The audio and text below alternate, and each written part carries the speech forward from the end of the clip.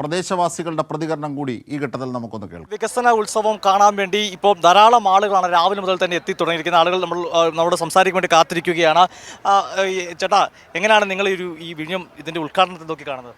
ഇതിൻ്റെ ഉദ്ഘാടനത്തിനെ നോക്കി കാണുന്നതെന്ന് പറഞ്ഞാൽ നമ്മുടെ മുഖ്യമന്ത്രിയുടെ അല്ലെങ്കിൽ LDF സർക്കാർ ഇതുവരെ ചെയ്തിട്ടുള്ള വികസന നേട്ടങ്ങളുടെ ഏറ്റവും ത്രിവർണ്ണ നമ്മുടെ പതാകയെ ഉയർത്തി കാണിക്കുന്ന ഒരു വികസന നേട്ടം തന്നെയാണ്. ലോകരാജ്യങ്ങൾ ഉറ്റുനോക്കുന്ന ഒരു വികസന നേട്ടം തന്നെയാണ് വിഴിഞ്ഞം പദ്ധതി എന്ന് ആണ് എനിക്ക് കാണാൻ കഴിയുന്നത്. എന്താ പറയുക? ആര് തറക്കല്ലിട്ടാലും ആര് തുടങ്ങി വെച്ചാലും ആർജവമോടെ പിണറായി സർക്കാർ ഈ പദ്ധതി നടപ്പിലാക്കി. അവരുടെ ആര് വാദിച്ചാലും ശരി, കാശുണ്ടെങ്കിലേ കാര്യം നടക്കൂ. ഉദ്ഘാടനം ചെയ്ത് കല്ലിട്ടെന്നും പറഞ്ഞ് കാര്യം നടക്കില്ല. ഇവിടെ കേന്ദ്ര ഗവൺമെൻറ് എന്താ കൊടുത്തത്? തടസ്സം നിന്ന ആരാ ഈ പദ്ധതിക്ക്? ആർജവമോടെ ഇത് നടപ്പിലാക്കിയതാരാ? ഈ നടപ്പിലാക്കിയവനാണ് അതിൻ്റെ ക്രെഡിറ്റ്, അല്ലാതെ എവിടെയെങ്കിലും ഇരിക്കുന്നവനല്ല. എവിടെയെങ്കിലും ഇരുന്ന് ക്രിട്ടിസൈസ് ചെയ്യുന്നതിനല്ല അതിൻ്റെ ക്രെഡിറ്റ് കൊടുക്കേണ്ടത്. പിണറായി സർക്കാരാണ് ഇത് നടപ്പിലാക്കിയത്. മലയാളിയെ സംബന്ധിച്ച് ഇന്നത്തെ ദിവസം ഏറ്റവും അഭിമാനപൂർവ്വമായ ഒരു ദിവസം തന്നെയാണ്. കാരണം നമ്മൾ എത്രയോ വർഷം കൊണ്ട് കാത്തിരുന്ന ഒരു പദ്ധതി, നിരവധി തൊഴിലവസരങ്ങൾ ഉണ്ടാക്കുന്ന ഒരു പദ്ധതി മലയാളിയെ സംബന്ധിച്ച് വലിയ അഭിമാനമുള്ള ഒരു ദിവസം തന്നെയാണ്. ഇന്ന് നമുക്കറിയാം, കഴിഞ്ഞ ഈ LDFൻ്റെ സഖാവ് പിണറായിയുടെ നേതൃത്വത്തിൽ നടന്ന ഒരു വളരെ അങ്ങേറ്റം നടന്ന വലിയ പ്രയത്നത്തിൻ്റെ ഭാഗമായിട്ട് ഒരു തത്വനിഷ്ഠയില്ലാത്ത ഒരു പ്രവർത്തനവുമായിട്ട് മുന്നോട്ട് പോയതിൻ്റെ അടിസ്ഥാനത്തിലാണ് ഇത്തരത്തിലുള്ള ഒരു വികസനം തിരുവനന്തപുരത്തും പ്രത്യേകിച്ച് കേരളത്തിലും ഇന്ത്യയിലാകെ തന്നെ ചർച്ച ചെയ്യപ്പെടുന്ന ഒരു തുറമുഖമായി മാറുന്നു. അത് ഏറ്റവും വലിയ സന്തോഷിക്കുന്ന നിമിഷം തന്നെയാണ്. അത് എനിക്ക് തോന്നുന്നത് സ്വാഭാവികമായിട്ടും ഈ ഗവൺമെൻറ്റിൽ കിട്ടുന്ന ഈ ഇടതുപക്ഷ ഗവൺമെൻറ്റിന് ഒരു പുൻതൂലായിരിക്കും. കാരണം അത്ര രീതിക്കുള്ള ഒരു വികസന പദ്ധതിയാണ് ഈ വിഴിഞ്ഞത്ത് നടപ്പിലാക്കാൻ പോകുന്നത്. എന്തുകൊണ്ടും മലയാളിയെ സംബന്ധിച്ചും അതോടൊപ്പം തന്നെ ഓരോ ജനതയെ സംബന്ധിച്ചും രാഷ്ട്രീയ ഭേദമന്യേ എല്ലാ വിഭാഗം ആൾക്കാർക്കും വളരെ ഗുണകരമായ രീതിയിൽ വികസനം ഉണ്ടാക്കുന്ന ഒരു വലിയ പദ്ധതിയാണ് യാഥാർത്ഥ്യമാകാൻ പോകുന്നത്. അതിൽ ഞങ്ങളെ സംബന്ധിച്ച്, നാട്ടുകാരായ ഞങ്ങളെ സംബന്ധിച്ച് ഇതിന് വളരെയധികം സന്തോഷമുണ്ട്. കാരണം പറയാൻ നിരവധി തൊഴിലവസരങ്ങൾ ഉണ്ടാക്കുന്നു. അതുപോലെ തന്നെ ഈ സർക്കാരിന് പുൻതൂവലാകുന്നു. ഈ പറയുന്ന ഇച്ഛാശക്തിയോട്, ഗവൺമെൻറ്റിൻ്റെ വിട്ടുവീഴ്ചയില്ലാത്ത ഇച്ഛാശക്തിയോട് കൂടിയുള്ള പ്രവർത്തനത്തിൻ്റെ ഭാഗമായിട്ടാണ് ഇത് നടപ്പിലാക്കിയത്. ശ്രീ പിണറായി വിജയൻ്റെ വളരെ ഇച്ഛാശക്തിയോടുള്ള അദ്ദേഹത്തിൻ്റെ പ്രവർത്തനം തീർച്ചയായിട്ടും ഈ പദ്ധതിയെ വൻകിട പദ്ധതിയായി മാറ്റുമെന്ന കാര്യത്തിൽ ഞങ്ങളെപ്പോലെയുള്ള നാട്ടുകാർക്ക് സംശയമില്ല. അവിടെ കൊച്ചു കുഞ്ഞുമൊക്കെ ആയിട്ട് അമ്മയൊക്കെ ആയിട്ട് എത്തിയിട്ടുണ്ട്. വലിയ ആവേശത്തിലാണോ നിങ്ങൾ? അതെ, കുഞ്ഞൊക്കെ ആയിട്ട് എത്തിയിരിക്കുന്നത്. കുഞ്ഞിന്റെ പേരെന്താ? ആണോ? തൊട്ടപ്പുറത്ത് മോളുണ്ട്. ഇത് കാണാൻ വന്നിരിക്കുകയാണോ? സന്തോഷമുണ്ടോ? ചെറുപ്പക്കാരൊക്കെ ധാരാളം ഉണ്ട്. എന്താണ് പറയാനുള്ളത്? നിങ്ങൾ വലിയൊരു വികസന പദ്ധതിയാണ് നമ്മുടെ മുമ്പിലേക്ക് യാഥാർത്ഥ്യമായി വരുന്നത് അല്ലേ? പിതൃത്വം, ഈ പോർട്ടിൻ്റെ പിതൃത്വം ഏറ്റെടുക്കാൻ ഒരുപാട് പേര് മുന്നോട്ട് വന്നിട്ടുണ്ടെങ്കിലും തീർച്ചയായിട്ടും ഇത് ഇടതുപക്ഷ ഗവൺമെൻറ്റിൻ്റെ ഒരു ഇച്ഛാശക്തിയാണ്. കേരളത്തിൻ്റെ സ്വപ്ന പദ്ധതിയാണ്. സ്വാഭാവികമായിട്ടും ഇത് നമ്മുടെ നാടിന്, നമ്മുടെ സംസ്ഥാനത്തിന്, നമ്മുടെ ഇന്ത്യ മഹാരാജ്യത്തിന് തന്നെ വലിയൊരു മുതൽക്കൂട്ടാണ്. ഇതിൻ്റെ ഈ വികസനം പാർട്ടി ഭേദമന്യേ, പക്ഷഭേദമന്യേ എല്ലാ ആളുകൾക്കും പ്രയോജനകരമായ ഒന്നായി തീരും. കാണാൻ സാധിച്ചത് BJP-ക്കാരും ഫ്ലെക്സ് വെച്ചിട്ടുണ്ട്, കോൺഗ്രസ്സുകാരും ഫ്ലെക്സ് വെച്ചിട്ടുണ്ട്. അവരുടെയൊക്കെ എന്താ പറയാനുള്ളത്? ഫ്ലക്സിലൊന്നും കാര്യമില്ല. നിജസ്ഥിതി, അതായത് സത്യാവസ്ഥ എന്തെന്ന് ജനങ്ങൾക്ക് നല്ല ബോധ്യമുണ്ട്. പത്രങ്ങളിലൂടെയും സോഷ്യൽ മീഡിയയിലൂടെയും ധാരാളം മനസ്സിലാക്കി വെച്ചിട്ടുള്ള ആളുകളാണ്. പിന്നെ പ്രധാനമന്ത്രി വരുന്നു എന്നുള്ള ഒരു പേരും പറഞ്ഞുകൊണ്ടാണ് കുറേ ആളുകൾ അവർ കൂട്ടി വെച്ചിട്ടുള്ളത്. അല്ലാതെ ഈ പദ്ധതി നടപ്പിലാക്കിയതിൻ്റെ ഒരു അവകാശവും അവർക്ക് ഉന്നയിക്കാനില്ല. ഒരു 10 പൈസ പോലും കേന്ദ്ര ഗവൺമെൻറ് മുടക്കാതെ അതിൻ്റെ 61% തുക കേരള സർക്കാർ മാത്രം മുടക്കിക്കൊണ്ട് ബാക്കി അദാനിയൊക്കെ ചേർന്നുകൊണ്ട് നടത്തിയ ഈ ഒരു പദ്ധതി തീർച്ചയായിട്ടും കേരളത്തിൻ്റെ അഭിമാനപരമായിട്ടുള്ള ഒരു കാര്യം തന്നെയാണ്. വരും കാലങ്ങളിൽ തീർച്ചയായിട്ടും അത് തെളിയിക്കും. എത്രയൊക്കെ വിമർശനങ്ങൾ ഉണ്ടായാൽ തന്നെയും നമ്മുടെ പിണറായി സർക്കാരിൻ്റെ നേതൃത്വത്തിൽ ഉണ്ടാക്കിയ ഈ പോർട്ടിൻ്റെ പ്രയോജനം എത്തരത്തിൽ ആൾക്കാർക്ക് ഗുണം ചെയ്യുന്നു എന്നുള്ളത് നമുക്ക് വരും നാളുകളിൽ കണ്ടറിയാം.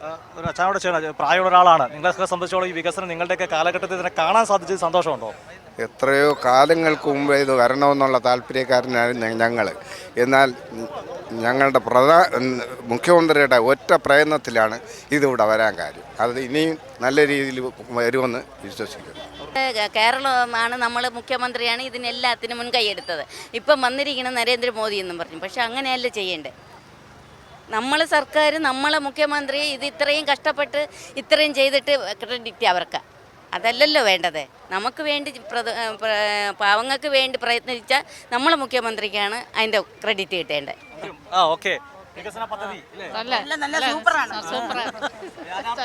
സന്തോഷം. കാത്തിരിപ്പായിരുന്നോ? തീർച്ചയായും ജനങ്ങളൊക്കെയും പറയുന്നത് അത് തന്നെയാണ്. ഈ തുറമുഖം യാഥാർത്ഥ്യമാകുന്നത് ഞങ്ങളുടെ ജീവിതകാലത്ത് കാണാനായത് വലിയ സൗഭാഗ്യമാണ്. അതിലേക്ക് നയിച്ചത് പിണറായി വിജയൻ സർക്കാരിൻ്റെ LDF സർക്കാരിൻ്റെ ഇച്ഛാശക്തി ഒന്ന് തന്നെയാണ്. രാഷ്ട്രീയമോ കക്ഷി രാഷ്ട്രീയമായ താല്പര്യത്തിൽ അധിഷ്ഠിതമായ ഒരു ചിന്തയല്ല, വസ്തുതകളുടെ പരിശോധനകളാണ് അത്തരത്തിൽ LDF സർക്കാരിൻ്റെ പിണറായി വിജയൻ സർക്കാരിൻ്റെ വലിയ എഫർട്ടിനെ ഈ തുറമുഖം യാഥാർത്ഥ്യമാകുമ്പോൾ അതിൻ്റെ പിന്നിലുള്ള ആസൂത്രണത്തെയും അധ്വാനത്തെയും അടയാളപ്പെടുത്തുന്നത്. ഒരുപക്ഷേ തുറമുഖം എന്നത് ഈ കേവലം ഒരു തുറമുഖമായി മാത്രം നിൽക്കുന്ന ഒന്നല്ല. തുറമുഖത്തോട് അനുബന്ധമായി വരുന്ന വികസനങ്ങളുണ്ട്. ആ വികസന പ്രക്രിയയിൽ ഉയരുന്ന സാമ്പത്തികമായ സംബന്ധികളുണ്ട്, വ്യാവസായികമായ വികസനങ്ങളുണ്ട്.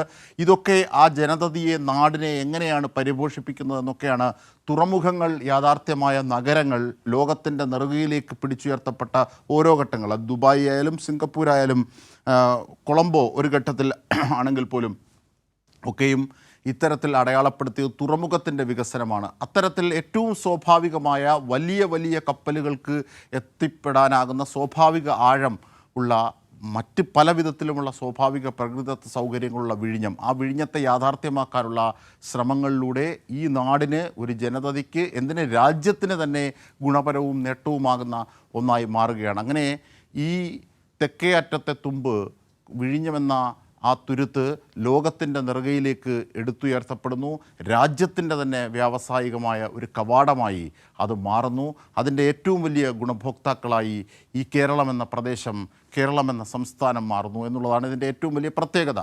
കേവലം ഒരു ചരക്ക് നീക്കം എന്നതിനപ്പുറത്തേക്ക് അതിൻ്റെ വികസനം സാധ്യമാക്കുന്നത് അങ്ങനെയാണ്. അത് ജനജീവിതത്തെ, സമൂഹത്തെ, കുടുംബങ്ങളെ, മറ്റ് സംവിധാനങ്ങളെ, മേഖലകളെ ഒക്കെ പരിപോഷിപ്പിക്കുന്നു എന്നുള്ളതാണ് വിഴിഞ്ഞം തുറമുഖത്തിൻ്റെ ഏറ്റവും വലിയ പ്രത്യേകതയായി കാണുന്നത്. എല്ലാ തുറമുഖങ്ങളും അങ്ങനെയാണ്. വിഴിഞ്ഞം തുറമുഖത്തിന് സ്വാഭാവികമായ പ്രകൃതിദത്തമായ പല ഗുണങ്ങൾ കൂടി ഉള്ളതുകൊണ്ട് ആ ഗുണങ്ങളെ അതിൻ്റെ പരമോന്നതിയിൽ നമുക്ക് ലഭിക്കാനാകുന്നു എന്നുള്ളതാണ്. ഇതിലേക്ക് പോകാനാകുന്ന സാധ്യതകളെ കണ്ടെത്തി നടപ്പാക്കിയ ഭരണകൂടത്തിൻ്റെ മികവാണ് ഈ ഘട്ടത്തിൽ അടയാളപ്പെടുത്തേണ്ടത്. ഇവിടെ ജനങ്ങളും നേതാക്കന്മാരും ഒക്കെ പറയുന്ന വസ്തുതാപരമായ കാര്യങ്ങളെ കോർത്തിണക്കുമ്പോഴാണ് അത് ഒരു യാഥാർത്ഥ്യമായി, വസ്തുതയായി രൂപം കൊള്ളുന്നത്. വിഴിഞ്ഞം തുറമുഖത്തിന് 8660 കോടിയിൽ പരം രൂപയിൽ സിംഹഭാഗവും സംസ്ഥാനമാണ് ചിലവഴിക്കുന്നത്. പിന്നീട് ലാഭാധിഷ്ഠിതമായി പങ്കാളിത്തം, സ്വകാര്യ പങ്കാളിത്തം അദാനിയുടേതായി രൂപപ്പെടുന്നു. അതിനുശേഷം 817 കോടി രൂപ മാത്രമാണ് കേന്ദ്രത്തിൻ്റേതായുള്ളത്. അത് ഗ്രാൻഡായി അനുവദിക്കേണ്ടത് കടമായാണ് അനുവദിച്ചത്. പലിശ സഹിതം അത് തിരിച്ച് ഈടാക്കുകയും ചെയ്യും കേന്ദ്രം. അപ്പോൾ കേന്ദ്രത്തിൻ്റെ, മോദി സർക്കാരിൻ്റെ ഒരു നയാ പൈസയുടെ സഹായമില്ലാതെയാണ് ഈ സംസ്ഥാനം ഇത്ര വലിയൊരു സാധ്യത രാജ്യത്തിനായി തന്നെ തുറന്നു കൊടുക്കുന്നത് എന്ന വലിയ നേട്ടമുണ്ട്. ഈ രാജ്യത്ത് GST ഇനത്തിൽ തന്നെ ഈ രാജ്യത്തിന്, യൂണിയൻ സർക്കാരിന് വരുന്ന ഗുണങ്ങൾ വളരെ വലുതാണ് സംസ്ഥാനത്തെ അപേക്ഷിച്ച്.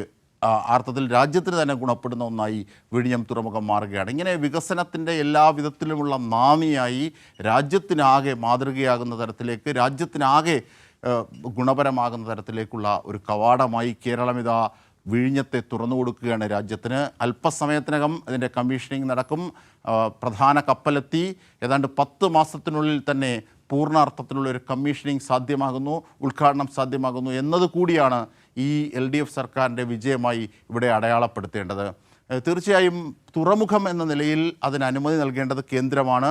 മറ്റ് രാജ്യങ്ങൾക്കൊന്നും പറ്റില്ല. കാരണം ഇന്ത്യ എന്ന രാജ്യത്താണ് വിഴിഞ്ഞം എന്നതുകൊണ്ട് സ്വാഭാവികമായും തുറമുഖം എന്നതിന് അനുമതി നൽകേണ്ടത് കേന്ദ്രമാണ്. എന്നതിനപ്പുറത്തേക്ക് ഒരു സഹായവും കേന്ദ്രത്തിൻ്റെ ഭാഗത്തുനിന്നില്ല എന്ന് തീർത്ത് പറയാവുന്ന ഒരു ഘട്ടമാണ്. അത് കക്ഷി രാഷ്ട്രീയത്തിൽ അധിഷ്ഠിതമായല്ല, മറിച്ച് വസ്തുതകളുടെ അടിസ്ഥാനത്തിൽ തന്നെയാണ്. നയനാർ സർക്കാരിൻ്റെ കാലത്ത് ഉദയം കൊള്ളുന്ന ഈ ആശയം പിന്നീട് ഉമ്മൻചാണ്ടി സർക്കാർ തറക്കല്ലിടുന്നു. പക്ഷേ അത് വേണ്ടവണ്ണം വികസിക്കാതെ കിടക്കുന്ന ഒരു ഘട്ടത്തിലാണ് 2016 പിണറായി വിജയൻ സർക്കാർ എത്തുന്നതും കൃത്യമായ മൂവ്മെൻറ്റുകളിലൂടെ അത് സാധ്യമാക്കിയെടുക്കുകയും ചെയ്യുന്നത്. അവിടെയാണ് കേന്ദ്രത്തിൻ്റെ സഹായമില്ല. മാത്രമല്ല UDFൻ്റെയും കോൺഗ്രസിൻ്റെയും ഭാഗം നോക്കുമ്പോൾ പല വിധത്തിലും ഇതിനെ തടസ്സപ്പെടുത്തുന്ന, തറക്കല്ലിട്ടു എന്നത് ശരിയാണെങ്കിൽ പോലും അവിടെ നിന്ന് 1 ഇഞ്ച് മുമ്പോട്ട് നീങ്ങാത്തൊരു സാഹചര്യം ഉണ്ടായിരുന്നു. മാത്രമല്ല ഇത് 2016 ശേഷം സാധ്യമായി വരുന്ന ഘട്ടങ്ങളിലൊക്കെ തടസ്സങ്ങൾ സൃഷ്ടിക്കാനായുള്ള പല കോണുകളെയും ഘടകങ്ങളെയും എലമെൻറ്റുകളെയും പ്രോത്സാഹിപ്പിക്കുകയായിരുന്നു UDFും കോൺഗ്രസും ചെയ്തതെന്ന് നമുക്ക് വസ്തുതകൾ, ചരിത്രത്തിൻ്റെ നാൾ വഴികൾ വീക്ഷിക്കുമ്പോൾ അടയാളപ്പെടുത്താനാകും, അടിവരയിടാനാകും. അങ്ങനെ 2022 23 ഒക്കെ സമരങ്ങൾ തന്നെ അതിന് ഉദാഹരണമാണ്. അതിന് പിന്തുണ നൽകിയത് ഉദാഹരണമാണ്. അവിടെ കോൺഗ്രസും BJPയും UDFും NDAയും കൈകോർക്കുകയായിരുന്നു ഈ പദ്ധതിക്കെതിരായി പല വിധത്തിലുമുള്ള എലമെൻറ്റുകളെ പ്രോത്സാഹിപ്പിച്ചുകൊണ്ട്. അത് നാം വിവിധ ഘട്ടങ്ങളിൽ കേരളത്തിൻ്റെ വിവിധ ഘട്ടങ്ങളിൽ നാം കണ്ടതാണ്. ദേശീയപാതയുടെ കാര്യത്തിൽ, ഗെയിൽ പൈപ്പ് ലൈനിൻ്റെ കാര്യത്തിൽ, എന്തിന് കേരളിൻ്റെ കാര്യത്തിൽ ഏറ്റവും ഒടുവിൽ നാം കണ്ടതാണ്. അങ്ങനെ തടസ്സപ്പെടുത്തലുകൾ കേരളയിൽ ഒഴിച്ച് ബാക്കിയെല്ലാം തടസ്സപ്പെടുത്തലിനെ അതിജീവിച്ച് കേരളത്തിന് മുന്നോട്ട് പോകാനായി LDFന് അല്ലെങ്കിൽ പിണറായി വിജയൻ സർക്കാരിന് മുമ്പോട്ട് പോകാനായി. അതിന് സമാനമായി തന്നെയാണ് വിഴിഞ്ഞത്തെയും കാണേണ്ടത്. അത്തരത്തിൽ പല വിധത്തിലുമുള്ള എലമെൻറ്റുകൾക്ക് പ്രോത്സാഹനമായി ഈ പദ്ധതിയെ തടസ്സപ്പെടുത്താൻ നിന്നവരാണ് ഈ പദ്ധതി ഒരു സഹായവുമില്ലാതെ യാഥാർത്ഥ്യമാകുമ്പോൾ അതിൻ്റെ ക്രെഡിറ്റ് അടിച്ചെടുക്കാനായി ഫ്ലെക്സുകളിലൂടെയും മറ്റ് അവകാശവാദങ്ങളിലൂടെയും എത്തുന്നത്. അവിടെയാണ് മുഖ്യമന്ത്രി പിണറായി വിജയൻ പറഞ്ഞത്, ഇതൊക്കെ ജനങ്ങളുടെ മുമ്പിൽ നടന്ന വസ്തുതകളാണ്, ഇതൊക്കെ ജനങ്ങൾ കണ്ടതാണ്,